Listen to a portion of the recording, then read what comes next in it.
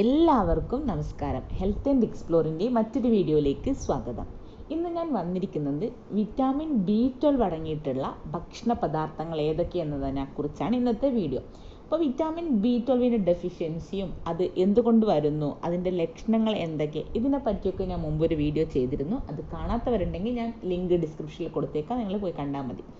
അപ്പോൾ ഇന്ന് ഞാൻ വന്നിരിക്കുന്നത് ഏതൊക്കെ ഭക്ഷണ പദാർത്ഥത്തിലാണ് വിറ്റാമിൻ B12 കൂടുതലായിട്ടും അടങ്ങിയിട്ടുള്ളത് എന്നതിനെക്കുറിച്ചാണ്. അപ്പം നമുക്ക് നോക്കാം എന്തൊക്കെയെന്ന്.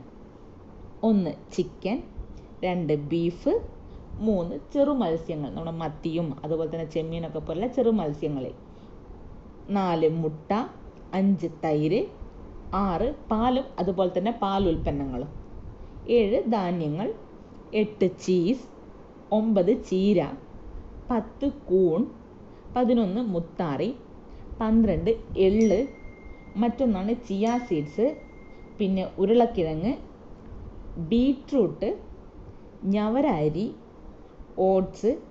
അതുപോലെ തന്നെ വിറ്റാമിൻ B12 ചെറിയ തോതിലുള്ള മറ്റ് ഭക്ഷണ പദാർത്ഥങ്ങൾ എന്തൊക്കെയാണെന്ന് വെച്ച് കഴിഞ്ഞാൽ പഴം വാഴപ്പഴം ഉണ്ടല്ലോ, പഴം, ആപ്പിൾ, അതുപോലെ തന്നെ പരിപ്പ്, പിന്നെ വിറ്റാമിൻ C അടങ്ങിയിട്ടുള്ള മറ്റ് പഴവർഗ്ഗങ്ങളിലും ചെറുതായിട്ട് വിറ്റാമിൻ B12 അടങ്ങിയിട്ടുണ്ട്.